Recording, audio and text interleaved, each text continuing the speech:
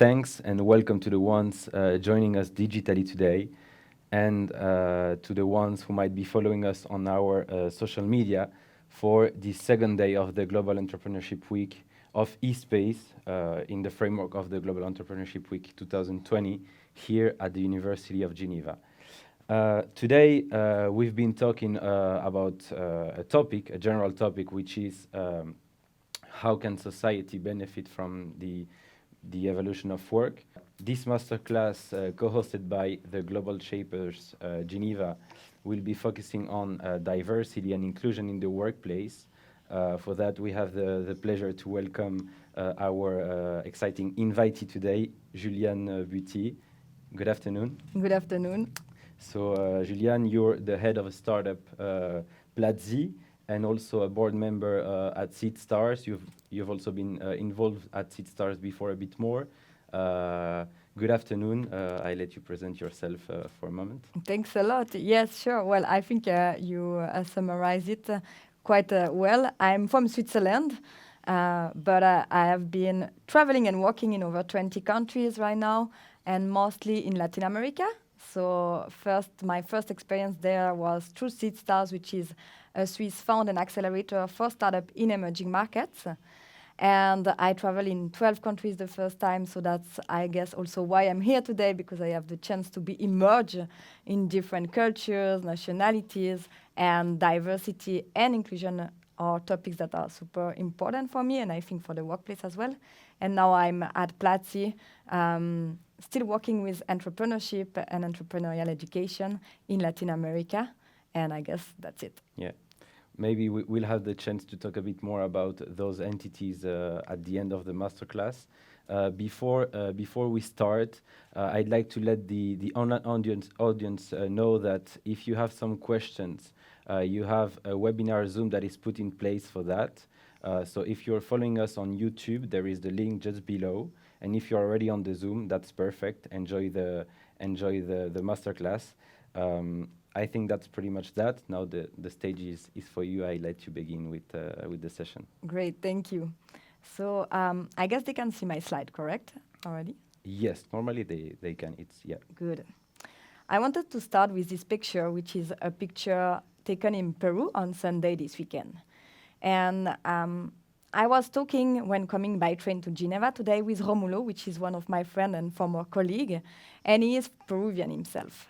And we were talking about the current movement that there is in Peru right now, where the population is tired of their corrupted government that is not at all representative of the diversity of the Peruvian population, that is openly machist, homophobe, and doing a lot of discrimination related to the different ethnies. So they are calling for a government that is more diverse, more open, and that promote and defend any Peruvian, no matter of the gender, the ethnies, and the sexual orientation that they might have. And I think what is happening in Peru right now is just one of the examples that show how diversity and inclusion is an important matter in 2020.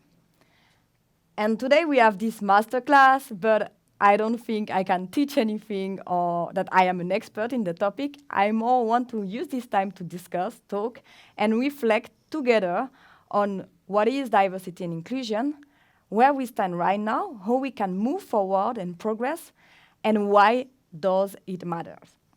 So I think we could start by defining what is diversity and what is inclusion, right? Well, if we start with diversity, it's a synonym of variety, like the quality of having a team of people from a range of different social, ethnic backgrounds and of different genders or sexual orientation. If we take an example, you were mentioning Seed Stars.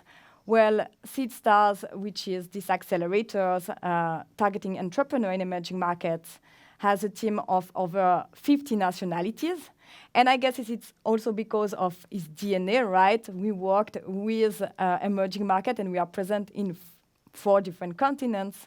So we have different people from different nationalities. And this year, we also reached the parities between male and female in the workplace of collaborators, which is great. So that's diversity. Now, if we look at inclusion, Well, we could define inclusion as the action of providing equitable access to opportunities, resources, and freedom of opinion for people independently of their genders, colors, nationality, physical or mental disabilities. Inclusion, good inclusion, will celebrate diversity, but it's not because you have diversity in the workplace that you have an inclusive workplace, right? So now that we have tried to define inclusion and diversity, I would like to look a little bit at what data are telling us today. So I did some research, and something interesting that I found is that over 69% of executives around the world are rating diversity and inclusion as very important matters. So there is like this kind of common acknowledgement that it matters, that it is an important issue we should tackle. And also, we know that diversity and inclusion drive performance. So if you look at some report from McKinsey, they say that companies with diversity and inclusive management financially perform between 15 to 35% better than others. And that inclusive decision-making process leads to better business decision. Over 80% of the decisions are better when you have a diverse team and inclusive environment to discuss those subjects. But in 2020, if you, for example, look at the CEO of the Fortune 500 companies, less than 7% are women. If we give a look to venture capital investment, so investors that invest in tech entrepreneurs in startups in the US, well, Crunchbase found out that only 2.4% went to Latin or Black founders. And if we think about disability and people with physical or mental disability, well, in the US, again, what we found is that 68% are not involved or integrated in the workplace. When for some people it sounds normal, for me it sounds like we miss at a huge talent opportunity. And so there is still a great gap between diversity and inclusion, between what we think and the reality today. So I was asking myself, okay, if there is this kind of common will and acknowledgement that diversity and inclusion matters, if it is proven that it drives performance, why are we still lagging behind? I don't have the perfect answer to that, but thinking a little bit and talking with a lot of friends, we brought up some elements that I would like to share with you today. The first interesting element, I think, is the question on intent versus impact. So the perfect example to illustrate that is, when you are cooking, for example, French fries, you put oil and suddenly there is a fire. Well, of course, your intention is to turn off the fire. Now, if you didn't add cooking class at school or good chemical class, you might think, okay, I will throw water on it. And we know that it's gonna be worse or it can even explode. So while your intention is good, the impact is terrible. Well, this is a little bit the same in terms of discrimination in the workplace, right? And I think if you want to reflect on when that could happen, it's all those moments where you say or where you listen, oh, I didn't mean it. Or, oh, sorry, I didn't want to hurt you. It's not what I wanted to say. Well, your comment, willing it or not, has a negative impact on the person. And this is all what contributes to create a non-inclusive environment where people don't feel safe to share their opinion. And I think it's also because diversity and inclusion is still a recent topic. So we don't have today the lean startup methodology of diversity and inclusion or the Scrum Master guide of diversity and inclusion. So the first thing I think we could try to do is building this kind of platform of shared knowledge, collective intelligence, so that we can work on this topic and improve. Now, if you think, okay, why do we have so many times good intention, but we are bad in the impact? One of the elements that I think we could also discuss today is bias. All bias are those kind of stereotype or ideas that you have about, usually about people that are different than you, that you don't know really well, that are stranger. And they also have an impact in terms of diversity and inclusion at the workplace. So this is an example. Those three women, imagine that they have those pictures on their LinkedIn profile. And now I'm telling you, Sebastian, okay, you need to hire one. They have equivalent experience. They have done great and have great results. And you need to hire one as your new sales manager. Well, looking at those pictures, is there a first idea that changed about themselves? Is there one of those women that you feel is stronger? And why? Do you know those women? Yes, I know them. Okay. So I have to be careful on what I say. No. I think I would, if I only see them in picture without getting to know them, I would choose two of the ones from the right. Okay. One of them. And do you know why? Could you explain? Yeah, because I think, to me, when I see those two women, I have the feeling that they have still a lot of time to develop their potential, and I think that's the main reason why I would choose them. But maybe I'm missing a big opportunity of hiring someone with a lot of experience, that can have even a bigger impact than someone who maybe has less. Correct. I like the reasoning, and it's from what you say is like, okay, on one side you have like young people with a lot of potential, but you might miss out that experience, right? So I guess the question you should ask yourself right now is like, is it the fact that I think the person that has more experience is maybe too old to join the company, or that he doesn't fit the culture based on his appearance, right? Or is it really because I want to give more opportunity to young talent? And I think this is a way to try to see, okay, I am biased because of age and a potential not culture fit, because I believe like an older person will never like fit with my young team.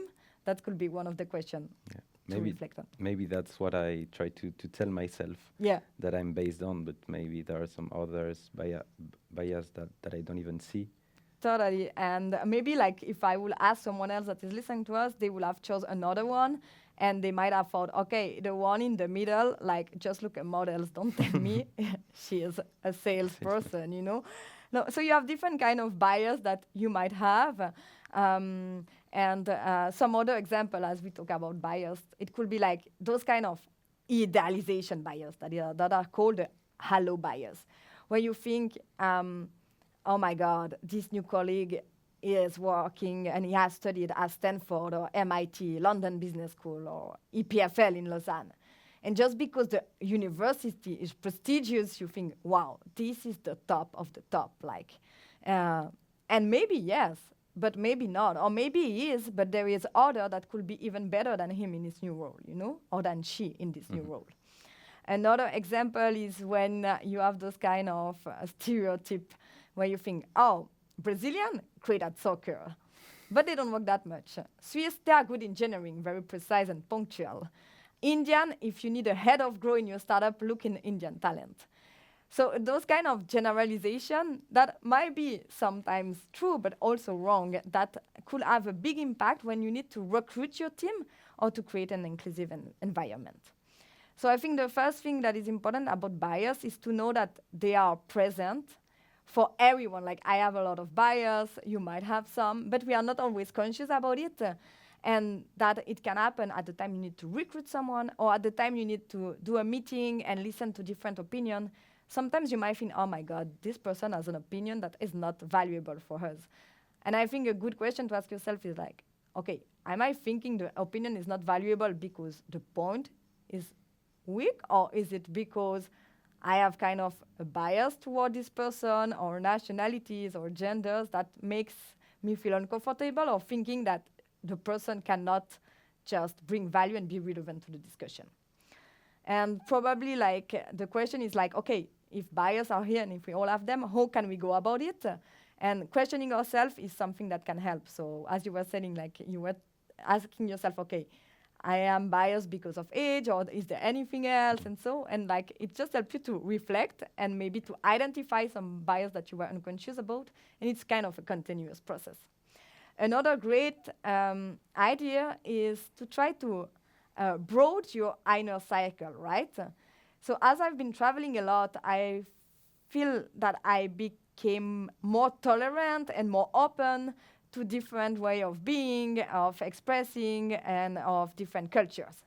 And one exercise that I want to invite you today to do, Sebastian, but also all of you that are joining us, is take your iPad, take a piece of paper, or open a spreadsheet on your computer. And what I would like you to do is you are going to list the person with who you have been interacting quite frequently in the last months. So they can be your friends, your family, your colleague, other students, your boss, and your team at work, people that you have interacted frequently in the last month. So you will do your list, and then on each column, you will write their gender first. On the second column, you will write their nationality. On the third column, you will write or try to estimate their social classes, low income, middle income, high income. And on the last column, you will write if maybe they have disability, can be physical or mental disability. And do the exercise. I give you like 2 minutes to reflect and write down, and then we can discuss a little bit. So it's gender and the two in the middle. Great, good to, Yeah. I will repeat. So you list the people you are interacting with in the last months. Then in the first column, you will write if they are, what is their gender, okay? Male, female, or if maybe they identify as non-gender, right? Then the second column is the nationalities. Swiss, Peruvian, Argentinian. The third column is the social class, if they are middle class, high income, or low income, in case you know, right? And the last one, we will think about the question of disability. Do they have a certain physical or mental disability? Okay, that could be like high sickness, dyslexia, mental disability. I mean, really think broad. I Good? think, yeah. To me, I'm okay. I did something maybe more general Yeah. to mention, not to be mentioning all of the people I've been interacting with. Of course, you can still continue later if Yeah. you want, but that's cool. I'll be then. doing this exercise more deeper. Should I start? Yeah, tell me like what you noticed. I would be interested also to know what you would say from this exercise. But Okay. starting from me, I think according to the gender, I'm interacting more with men generally because I'm very close to my friends. Yeah. Now with the COVID, it's maybe a bit more difficult, but I have more friends who are men. Mhm. According to the nationalities, I think here in Geneva we have a very diverse type of people according to the generalities. So my friends are from all over the world. Social class, I think, the medium class, and disabilities. I interact every day with my mother. She has a NACUFEN. Yeah. So, for example, we had to adapt some things, but I've been also interacting since my childhood with people with disabilities, physical disabilities, with the term that I was mentioning before, the master class. So, to me, I don't see it as a disability. I see it as a difference, like all the others, and I think that's how everyone should see the disability. Yeah. Interesting. That would be my point. Do you notice that there is a group of people that is maybe missing on your list, no matter if it's in terms of nationalities, or you were mentioning about social class, mainly middle class, like have you interact with a lot with maybe the higher classes or low-income classes, or not? In the last month, I think the lower class, I have been less interacting with them here in Switzerland. When I go to Argentina, I interact much more with them because we're very active also in my family with street children, for example. Right. But here in Geneva, a bit less. And the other question, I don't remember the other I question. think the other was like around the nationality. You said like you have Yeah, kind of the world is covered. that's what I feel from Yeah. my friends. Yeah. Yeah, great. Well, I think that that's interesting. It seems that you already have a kind of broad inner cycle. Of course, like it could be interesting to think, okay, maybe in Switzerland I have like less contact with low income or high income, and try to also interact more so that you can see different perspective. Mhm. That's what I think it's interesting when you kind of identified people that you are maybe not used to. Or you know, we talk about nationalities, but another topic is ethnies. Like there is, for example, if you take Peru, there are ethnies, like a wide range of different ethnies that have totally different way of living than the Peruvian that lives in the city, or in Brazil if you take the Amazonian and so on. And like when you have all those subjects on deforestation and so on, that might be interesting to think, okay, I have ever interact with those people, and like when you need to make your idea and opinion, sometimes I think it helps to see of like if you have an inner cycle that is broad enough to be able to take a decision when you add different perspective from different people to help you make your call. Yeah. Right? But I think I'm gonna do the exercise a bit deeper, as I said before, Yeah. because it seems very interesting to do it. Yeah. Yeah, I think it's interesting, and at different moment of your life, maybe like when you are confronted to a decision, or if it's in the workplace when you need to recruit, you know, you can ask yourself, okay, when I recruit, do I have the tendency to always recruit the same profile? So of course, if you recruit, for example, for sales or for design, you will have different skills that you look for, right? But like, do you always recruit extrovert? You know, you can be a great salesperson and be an introvert. That's again a stereotype that you will think that only extrovert can sell. Well, no, it's not the case. So like, I think that's like doing those kind of exercise can help you to see like if you might have some bias or some stereotype, that if you work on it, maybe you will bring more diversity toward your team and in the workplace.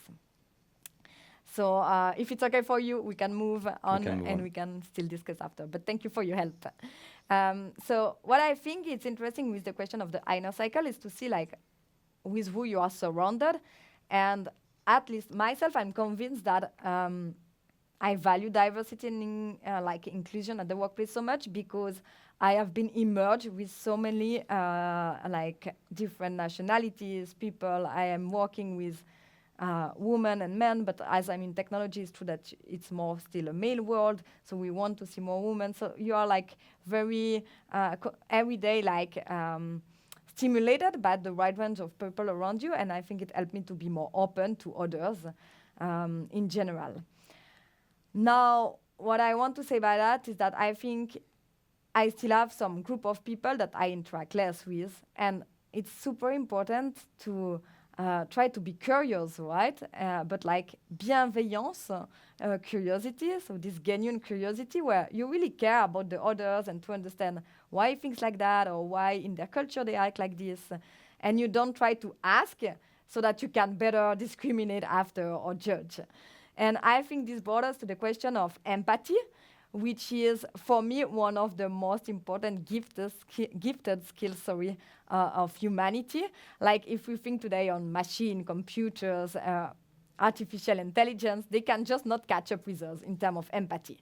And today, if you look at the workplace, more and more companies, they want people that have high level of empathy. They want leader with great empathy. So if you are a leader today, you should definitely work on developing that. And if you are young talent that will look for further opportunities to start your career, this is definitely also something that company and employers, they are looking for. And when you think on diversity and inclusion, well, empathy means, you know, when you see someone, I might see you and say, okay, Sebastian is a guy, man, probably from Switzerland, and he speaks English. That's what I know about you. But I might not know that you are actually also from Argentina. Now that you have mentioned your family, well, one of the action you do when you are in Argentina is helping street children.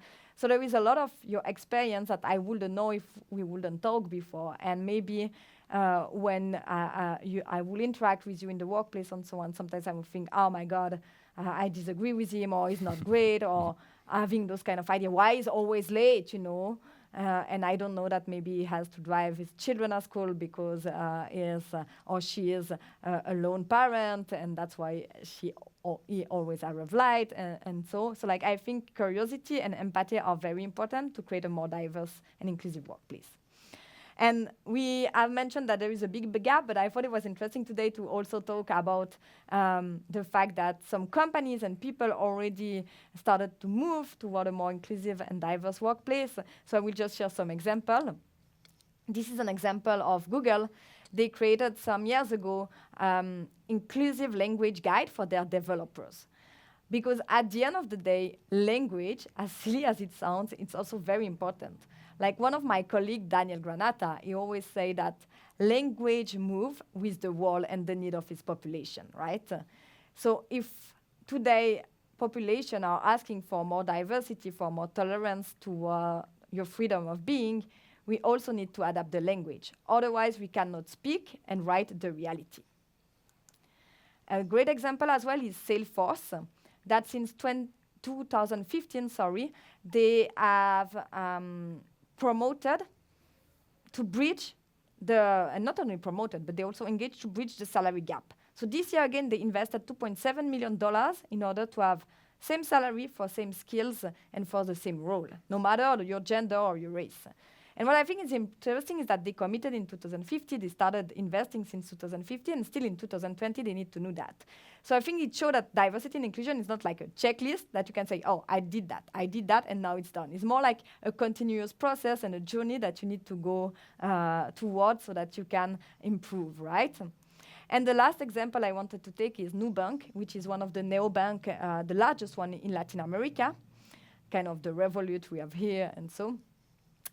So in October, there were a massive scandal because Christina Junqueira, one of the co-founders, in an interview, she said something about the fact that it was really hard to include more minority group in Nubank because they are very high exigent in terms of performance. And for a lot of people, and I can understand, it was kind of a very racist statement. So what they did is first, 1 week after, they acknowledged that they did a mistake, and they signed up a letter and asked for apologize, all the co-founders of Nubank.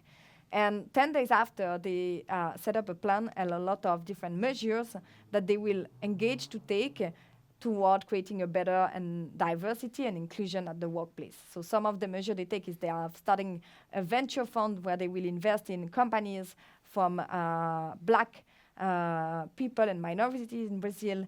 They created different programs to bridge the talent gap as well, giving more opportunity of education to minorities in Brazil. And one of the things they also did is that they included diversity and inclusion objective into their company objective, like what we call OKRs. This is a methodology a lot of startup or technological company are using. So at a company level, and I think it's interesting, and I was looking for that, and less than 15% of company are including diversity and inclusion really at the high level of the company objective, right? So this is the plan and the engagement. Let's see later how it works and what are the results, but that's also something I wanted to share as an example. What I'm convinced of is that you can have policies, you can have action and so on, but one of the things we should also promote is role models. Like when Biden won the election, I think most of us, we were even more enthusiastic to see the vice president, a woman, charismatic, of colors, and she will open opportunities for a lot of little girls to say, yes, this is possible, right? And maybe we will even be president once of the US. Some of my role models are, for example, Christian and Freddie. They are the founders of Platzi, the largest online school to teach digital and technological skills in Latin America, where I work. And what I love about them is that Freddie is from Colombia, Chris is from Guatemala. They grew up in their country. They come from low middle class families. So they have access to education, but like they never went to the US to study at those big universities. They didn't have access to this high-end network, and still they made it. They were the first Latin American company to enter Y Combinator, which is the largest accelerator in the world. They have raised money, and now they are able to impact million people in the region. So I think it is a great example that shows that talent is everywhere and that you can make it your way, right? If we jump to another continent in Africa, last month, Paystack, a startup from Nigeria, also founded by 2 Nigerians, was acquired by Stripe, which just show that there is great opportunity in Africa, and for investors, it shows that there is way to make money investing in company from Africa, and beyond that, that there are incredible talent. Another example, as we talk of investors, Monica and Lara Lehmann in Brazil, they launched their own venture capital fund last year, $5 million for the first one, and now they just raised another fund. And you know, there are still little women investing. So they are just one great example that you can be woman and you can launch your fund and you can be successful. And what is interesting is that the first fund overperformed most of the fund in the region of Latin America, and they invested over 30% of the capital into company-led or co-led by women. So diversity also drives performance where you are an investor. And then the last example that I wanted to take today, as we are in Switzerland, is Alex and Julian. So he's not an investor or not an entrepreneur, but diversity matters in all the field, right? Alex and Julian, who is a really respected philosopher, and he is living with autism. So I think it is also an example, a great example that even people with disability or, as you said, differences can make it and have valuable opinion and can help us to create a better society and drive better performance. So what is interesting is that diversity and inclusion is a discussion that we have since a time, but I think in 2020 it has never been such an important matter. And I think this because of 3 things. First of all, the technology. So technology helps to spread the word at a speed that it had never reached before, and also the reach of people that will listen to this message. If you think of the Me Too movement, the Black Lives Matter movement, all of that was a worldwide movement happening. The second thing is that the demographic is changing in the workplace. So while before it was mainly white men working, now you have more and more women, you have more and more people from emerging markets, different cultures arriving in the workplace. So inevitably, you will have more diversity and they will fight for more inclusion. And finally, we should think that the leaders of tomorrow are the millennials.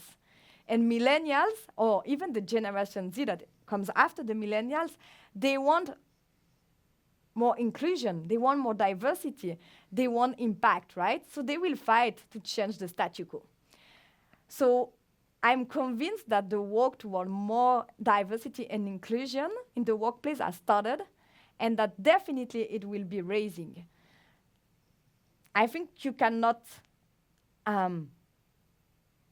deny that, and you might have different opinion. So the question you need to ask yourself now, thinking about all this, is like, do you want to join this journey toward a more inclusive and diverse workplace?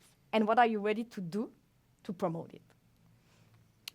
Thank you very much for this presentation. I really liked it and I really enjoyed it. There is one slide that is in my mind from before. It's the iceberg. Yeah.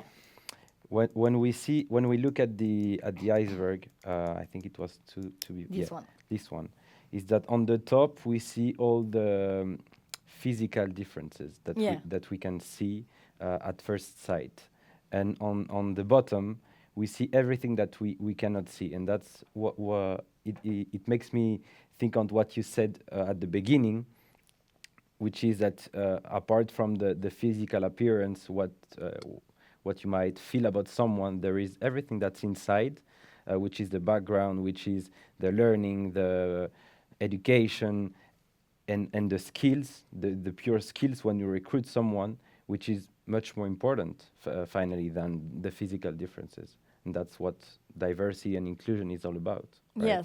Yes, I think it's that, and it's also about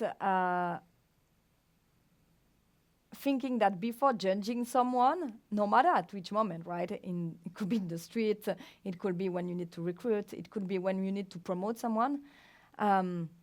Always think as deep as you can. There might be a lot of things you don't know about this person, and you might miss out on an opportunity and having a great talent or bringing someone great to your life just because you judge on the appearance or the first type of skills that you will see, right? As soon as we start talking, you can say, oh, she has or he has a great level of English. And if you do not, you might think, okay, maybe it's not the best, right? But you might be extremely intelligent, smart, can bring great points. You just need to work a little bit on your English, right? So like, I think this is all about always being conscious about that. And it's not easy. It's easy to say it, but like, it's really something you need to think on your day-to-day. And having this iceberg in your mind, thinking, okay, but maybe looking deeper, actually, this is the great person that we need. It's easy to say, you just said, but maybe more difficult to implement in the everyday life. Yeah. Before we were talking about those bias that everyone has, but that we're not aware of.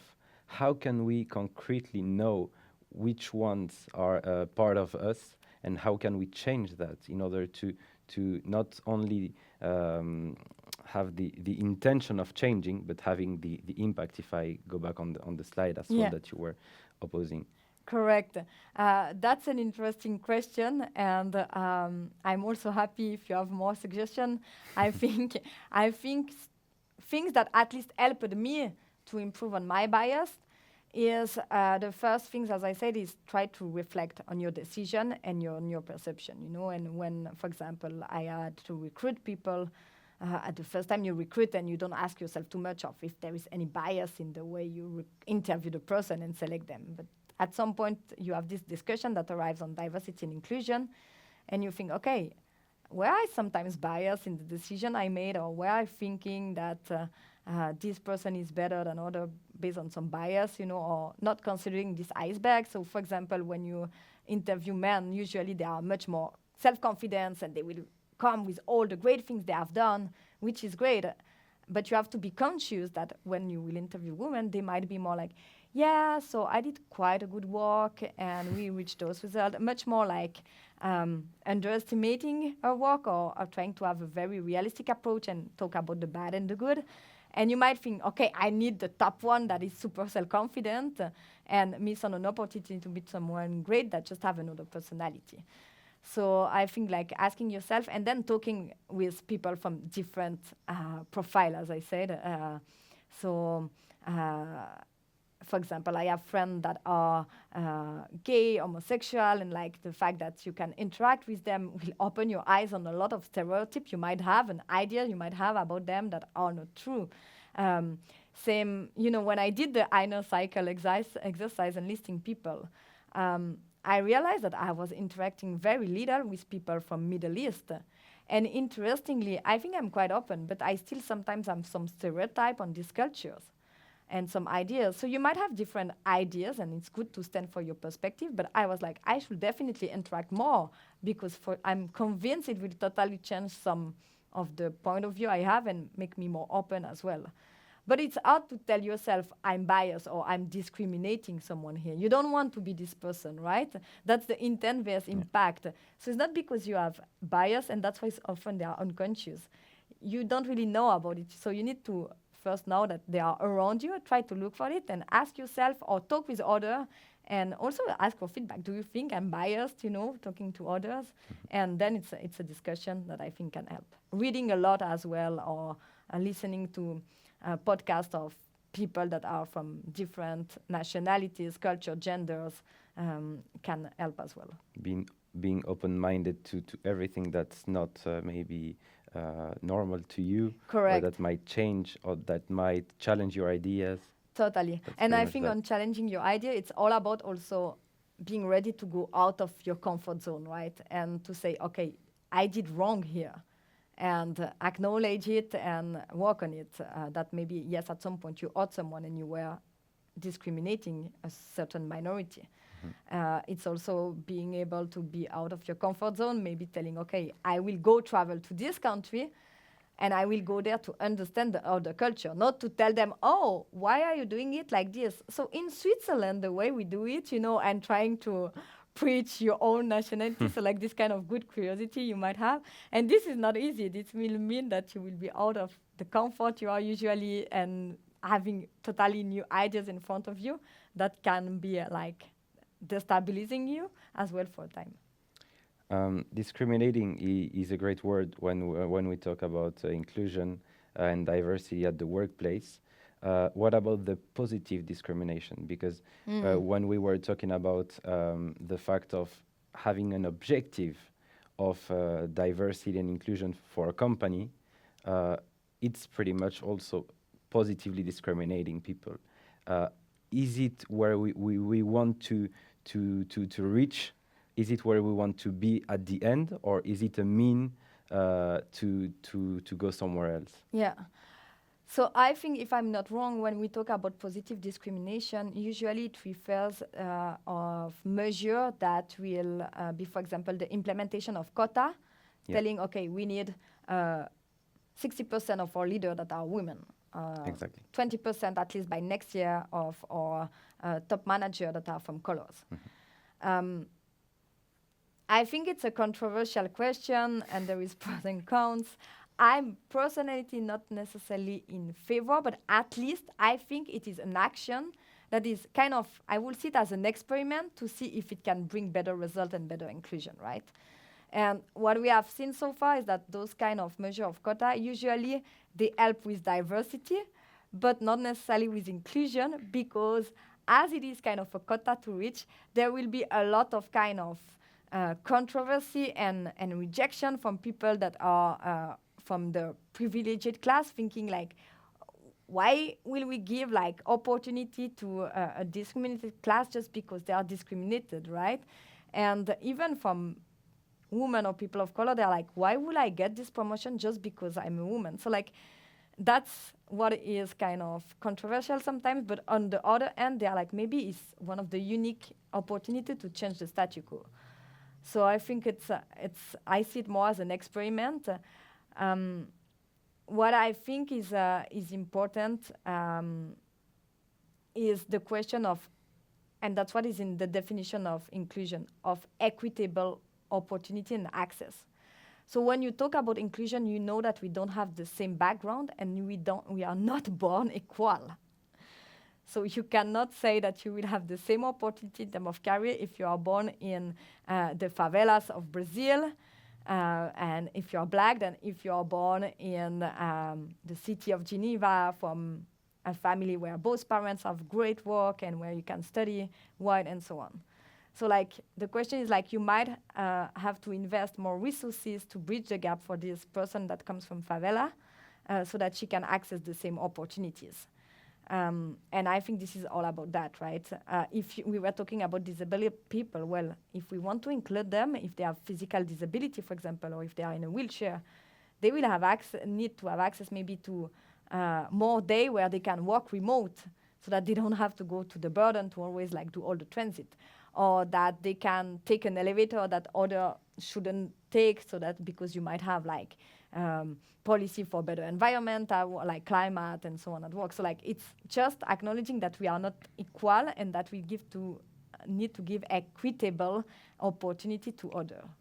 So when we talk about diversity and inclusion in the workplace, maybe the first step is to have this inclusion, because the diversity in the everyday life, we have the diversity, but we may not have the inclusion. Yeah. And maybe if we focus on the inclusion in the everyday life, in our sharings, in our interactions, then we can have natural inclusion in the workplace. Yeah, I think for us, at least, we have the perception that diversity is everywhere. I'm not sure if we will look at traditional companies in Switzerland, diversity is there.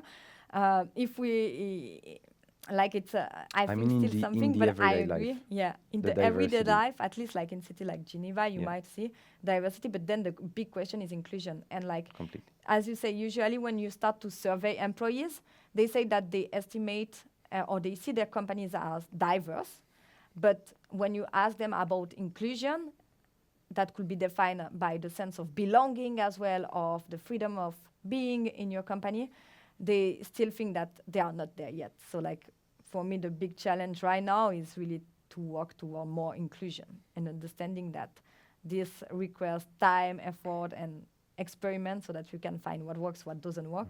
Because as I say, we don't have now the perfect methodology or recipe on how to do that. So about this methodology, when we focus on the companies, what can benefits those employees to be working in a team? Because there are some people who are saying, I'm tolerating everyone, but does that mean that I am ready to and willing to work with different kind of people and with everyone? So how can we raise awareness and make sure that in the companies the employees as well as the company are ready to work all together for a better inclusion? That's a super important question as well. I think the younger you can be, have the chance to interact with people from different backgrounds, the better, and surely it will help. I think traveling can help a lot, and actually one of the things I'm worried about with the coronavirus is that we can travel much less. And like if it's for a long time, I'm wondering if it will have an impact on our open mind and tolerance to others, right? Because you stay, even if you have diversity, you will mainly meet with Swiss people, for example, in my case, right? Or interact less with other people and so on. So I think that's something also to ask ourselves. So how you can reiterate this traveling experience in your day-to-day life without necessarily traveling. And some things that some companies does is constant training around diversity and inclusion. So having those discussions, right?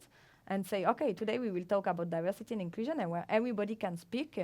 That's something also very important. Try to have in the meeting to give the opportunity and to encourage that everybody speak, and just to listen.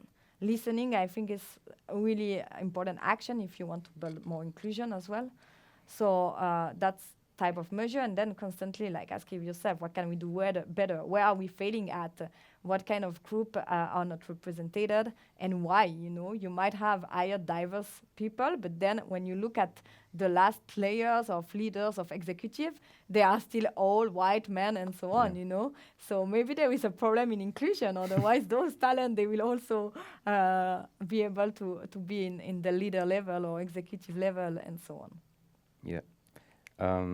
Before you've been mentioning also people with disabilities. Yeah. It is a difference that to me is to most of the people, or at least to many people, a bit bigger than all the other differences. Yeah. Because they might not have the same access, the physical access to something, which doesn't change for people of colors or white people. So what are the stakes of these differences that others don't have? For me, disability is really one of the more discriminated group as of today. And I know it's really hard because it's not that you can, at least also for mental disability, that you can integrate everyone in the workplace as easy as you would like it to be.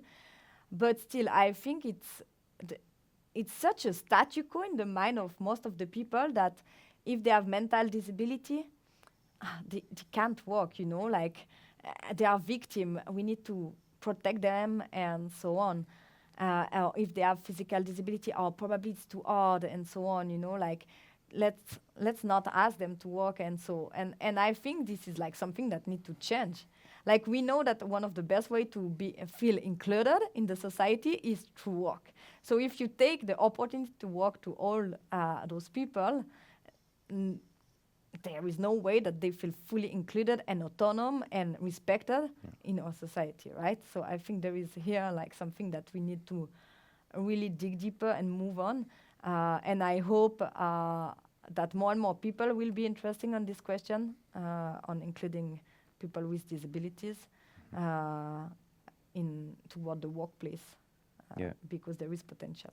Because also I think there is a difference between integration, which means that we help you be with us, we help you integrate our society, and inclusion, which would better mean the public space, the working place, or anything will make all those differences irrelevant, you know. Yeah. And Yeah. that's pretty much the difference between integration and inclusion.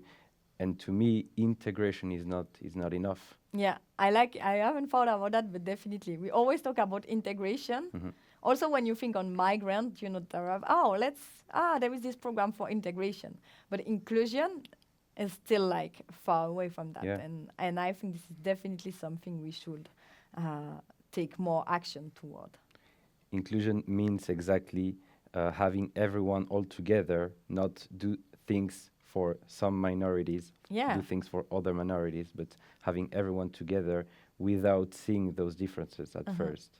And trying to create a space where everyone can speak, be, no matter if we are different, right? And accept that we are not all equal, and like you need to create like those kind of access for everyone.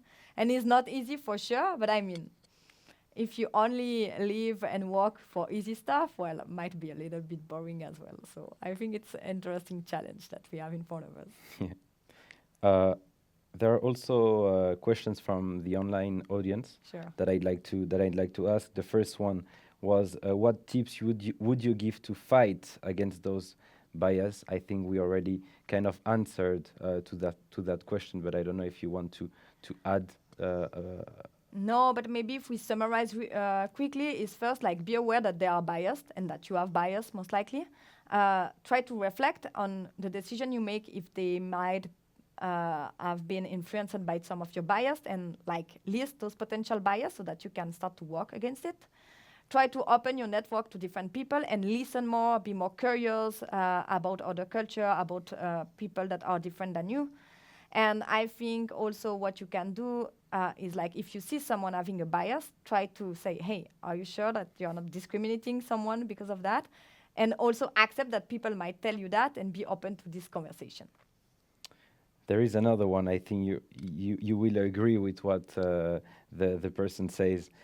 Isn't the instauration of a quota against equality, even if it's positive discrimination, shouldn't they be chosen for their qualities in the line of work instead of physical, mental characteristics? Yeah, so I think that's the whole Sorry for the question. No, but that's exactly the controversy around like positive discrimination, because you don't solve discrimination, you reverse it. And I think the assumption of reversing the discrimination is to say, okay, maybe if you give more opportunity to minority that normally will not have access to those opportunity, well, you might arrive to a better inclusion with no discrimination. So to arrive to inclusion, you need to reverse the discrimination, and at some point it will balance. I'm personally not convinced about it. I think, though, that it's interesting to try, and maybe it's one of the fastest action you can take because you have a clear objective and you give opportunity. And it might be harder to hire a person based on skills, merits, and so on, because you need to bridge the gap in education that some population had so that they can access the same opportunity and so on. But definitely, like, positive discrimination is not the perfect solution. The thing is that as of today, we don't have a perfect solution. So I think it's worth trying and being critical to see, okay, should we continue or should we iterate in another way? And so I will be more toward like investing in the education or discriminated group, or providing some coaching. Maybe, you know, we were talking about women. This is true in general. We tend to be more unsure of sharing our opinion or taking responsibility. So maybe like if you invest toward training your woman colleague and give them some coaching so that they are more self-confident and willing to take risks, that can help as well. And they will reach the leadership without having to enter through a quota, right? So I think you can be a bit more creative than the quota, but it's still interesting to try rather than doing nothing. That's my perspective. Mm-hmm. Maybe another answer as well that can be given to this person or all the others that have been asking that to themselves. is the fact that, of course, there is the ethical part of having an inclusion and diverse workplace, but you also talked about the benefits that can bring to have Correct. a diverse workplace. Definitely, like we shouldn't forget that is not a question of just being nice, you know, or that is not just fashion and new trends.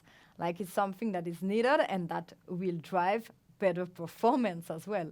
So like, and not only financial performance, but also innovation, creation. Like it comes from having different ideas around the table, and for having different ideas, you need different people, different background, and so.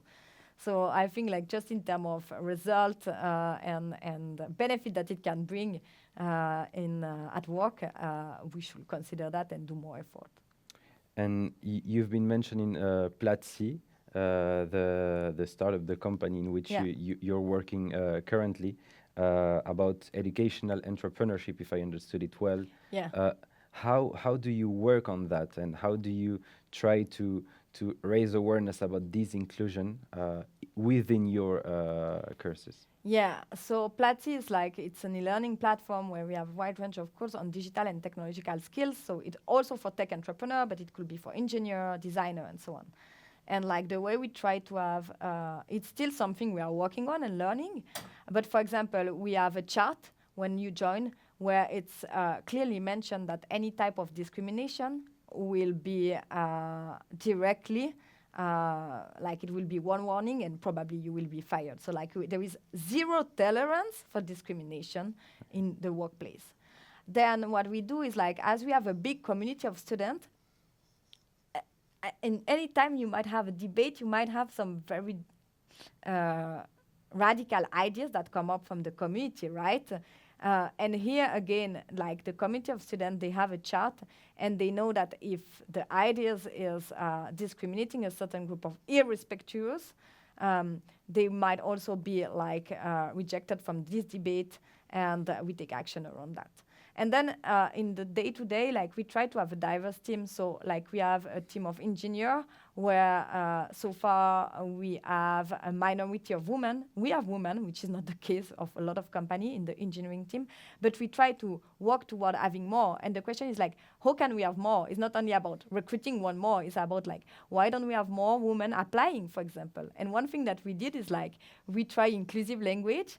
So before we were writing all our job application with the masculine form, you know, because it's all we are used to. And we say, let's try with the feminine form this time.